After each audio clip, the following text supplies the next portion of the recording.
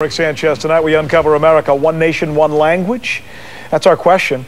We're talking about the huge influx of Spanish-speaking immigrants into the United States and the fear that they just won't let go of their original language, that they'll overwhelm English just in sheer numbers. And one day, U.S. laws will actually be written in Spanish. Representative Tom Tancredo fears that. Syndicated columnist Migeul Perez doesn't. They're both back with me right now. Hey, Congressman, let's start with this.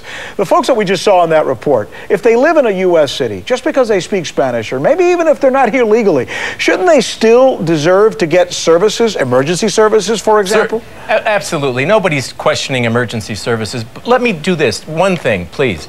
Well, I got a lady in my district wrote me a letter. And by the way, it's on our website, teamtancredo.org, if you want to see the whole thing. Her name is Diane Myers. She talked about going into a store. It was a Walmart store. Could not find the item she was looking for. Kept asking everybody. Could not find anybody that spoke English. Finally found a black lady who was stocking the shelves. Asked her. She took her to the spot. On the way, she said, I couldn't find anybody else to do this. And the black lady turned around and said, you know, I always knew something was going to bring us together. Who would have thought it'd be a language? That was the most profound statement you could make about this issue, because that's what we're talking about, bringing people together, not separating them. But two languages and a country of two languages does separate us. That's exactly the wrong way to go. But doesn't it have a lot to do with what's going on in a particular marketplace? If there's a lot of people, Migeul, who are living, let me take this to Migeul if I can. If there's a lot of people who just moved into one area, they're all first generation, you're going to have more people just by sheer numbers that happen to speak Spanish. Absolutely. There, right? That's what's happening. But you know, let's realize, let's see clearly that most of those people still recognize that they need to learn English. Look, Rick, I went to English courses as a reporter a couple of years ago. I spent time in English classes. I would bump into a lot of people who would tell me, oh, at one point somebody said to me, oh, half the people in my class are falling asleep. I said, my God, do you mean that they're uninterested in learning English?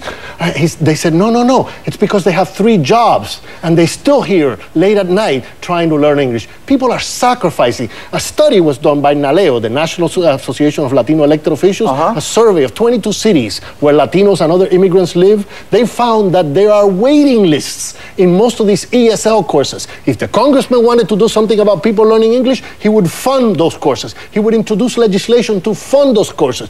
We don't have enough money to teach as many people as we have that want to learn English. That's the problem. Amazing, isn't it, that this country was able to actually get established and get to this point in time without ESL, and all the millions of people who came here who couldn't speak English somehow found a way to do it. I'm all for people trying to find a way to speak English. Don't get me wrong, but I'm telling you, it's not as if there isn't enough resources. There isn't enough will or desire to speak. You mean your language. ancestors never took a course? They learned English on their own, Congressman? Your ancestors never took a course? No, they all learned English? No, the answer is no. Oh my God, sir. They did not take a course in English.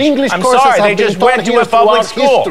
They went to a public school. Gentlemen, you can't talk over each other. You can't talk over each other. Go ahead. They went to a public school. That's how they learned. They did not take any special courses. That's how my grandparents learned, and my parents were not allowed to speak anything but English in the home. So you don't think we should teach English? My parents were not allowed to. Let's leave it right there, gentlemen. Representative Tom Tancredo, syndicated columnist Migeul Perez, my thanks to both of you for being with us.